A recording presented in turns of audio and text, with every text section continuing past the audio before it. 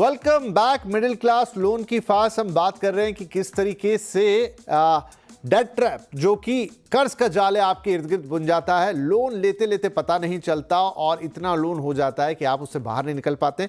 Break से पहले हमने सारी बातें की कि आज हम बात क्यों कर रहे हैं, कौन सी रिपोर्ट आई है, क्या खबर, तमाम चीजें। लेकिन अब बड़ी इंपॉर्टेंट बात कि अगर ऐसा कुछ हो रहा है तो आप उससे बाहर कैसे आएंगे, या वो घंटी आपके दिमाग में कैसे बजेगी कि भाई ये तो डेट ट्रैप बन गया है। आप कुल जमा मेरे पास 5 मिनट है, 2-2 मिनट मेरे दोनों एक्सपर्ट्स के लिए कि आप कुछ इनिशियल पॉइंट बनाएं, फिर तो किसी दिन डिटेल में चर्चा करेंगे। पंकज साहब, क्या कहां से आप उसे एटलीस्ट वो पकड़ सकते हैं कि बुखार चढ़ रहा है? बिल्कुल, देखिए, अगर आपको डिफिकल्टी हो रही रिपेमेंट करने में, यदि आप इवन क्रेडिट कार्ड की बात करें तो क्रेडिट कार्ड में दो चॉइस होती है कि आपको मिनिमम पेमेंट करना है या फिर फुल पेमेंट करना है। तो ऐसे बोरोवर्स जिनकी कैपेसिटी पूरा पेमेंट करने की नहीं है, वो अक्सर जो मिनिमम पेमेंट जो नेसेसरी है उतना ही कर पाते हैं, और होता यह है कि बाकी का जो बैलेंस है उसके ऊपर आपको 30-35% का इंटरेस्ट चुकाना पड़ता है। मैं बात कर रहा हूँ क्रेडिट कार्ड की, तो ये बहुत डिफिकल्ट हो जाता है। उसके अलावा अगर पर्सनल लोन की बात करें तो उसका भी रेट ऑफ इंटरेस्ट बहुत ज्यादा होता है। तो ऐसे में होना ये चाहिए, अगर आपको मालूम चला है कि आप पूरा पैसा समय पर नहीं चुका पा रहे हैं या हायर इंटरेस्ट वाले जो लोन्स हैं उसको आपको रिपे करना पड़ रहा है, तो सबसे पहला काम यह है कि आप उसमें से आइडेंटिफाई कीजिए कि किस लोन का रेट ऑफ इंटरेस्ट ज्यादा है और पहले उसको चुकाने की कोशिश कीजिए। अगर पॉसिबल हो कि आपको रिस्ट्रक्चरिंग करनी हो, कई बार ऐसा होता है कि क्रेडिट कार्ड की आउटस्टैंडिंग है लेकिन आपको पर्सनल लोन मिल सकता है, या लोन अगेंस्ट गोल्ड या लोन अगेंस्ट सिक्योरिटीज जो कि आपके सिक्योर्ड लोन है वो कम रेट पर मिल सकते हैं। तो आप वो ऑप्शन बिल्कुल ट्राई करें, आप लोन ले लें जो कि कम रेट पर मिल जाए, ताकि जो हायर इंटरेस्ट वाले जो लोन हैं उनको आप जल्दी जल्दी पे कर सकें।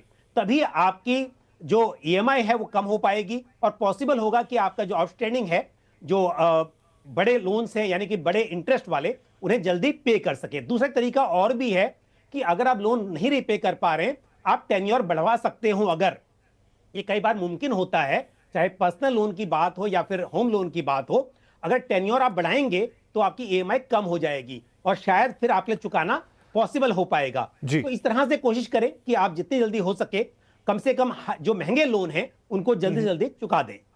ठीक है, कॉली सर। मैं पंकज की बात को और आगे ले जाना चाहूंगा। मुझे लगता है लोन अगर आपको लेना है, हाउसिंग लोन एक ऐसा होता है, क्योंकि घर हर किसी का सपना होता है, किराए पे रह रहे हैं, आप उस खर्चे को बचाना चाहते हैं, हाउसिंग लोन आप ले लीजिए, वो बहुत महंगा भी नहीं होता है। उसके बाद अगला आता है व्हीकल लोन। हमने ना लोन की एक रेटिंग बना रखी है।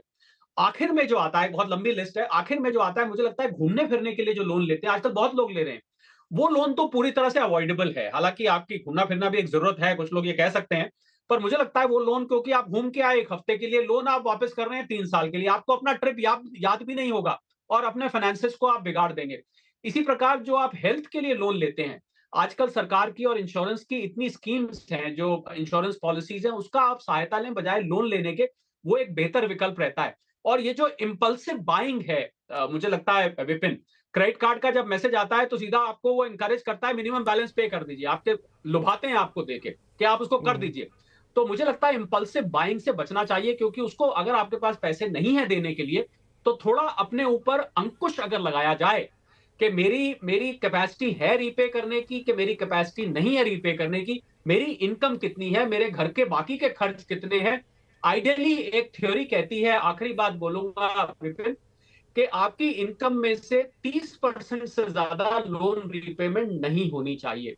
मतलब अगर आप 1 लाख कमाते हैं तो ध्यान रखिए कि 30,000 रुपए से ज्यादा की आप ईएमआई नहीं दें। ऐसा देखा गया है कि बाकी का खर्च आपको जरूरतों के लिए, सेविंग्स के लिए चाहिए होता है। लोन लेने का यह मतलब कतई नहीं है कि आप अपनी सेविंग्स बंद कर दें। अमूमन लोग जो लोन लेते हैं वो सेविंग्स करनी बंद कर देते हैं, उससे उनकी मुसीबत और बड़ी खड़ी हो जाती है, क्योंकि अगर कुछ वापस करने की कैपेसिटी रही भी, चांस रहा भी, तो वो भी खत्म हो जाता है। तो इन चीजों का अगर ध्यान रखेंगे तो आप इस डेट ट्रैप से बच सकते हैं, आप अपना भविष्य सिक्योर कर सकते हैं, और सबसे बड़ी बात, वेल्थ क्रिएशन की तरफ आप बढ़ सकते हैं, वरना लोन आपको वेल्थ क्रिएशन से दूर ले जाता है। ये बात मैं जोर देके कहना चाहूंगा। चलिए, नहीं, बहुत ही अच्छी बात है आपने बताई कि कम से कम अगर मान लीजिए अब कुछ हो गया है इस तरह का पास में, और अगर आप इन बिटवीन दैट चीज़ हैं, तो कैसे आपको उससे बाहर निकलना है और फिर किन बातों का आपको ध्यान रखना है। 70-30 वाला कि भाई 100 रुपये कमा रहे हैं तो 30 रुपये से ज़्यादा की EMIs आपकी नहीं होनी चाहिए।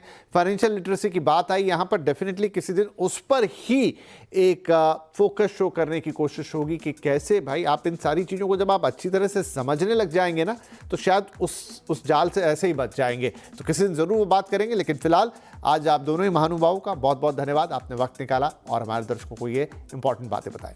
नमस्कार।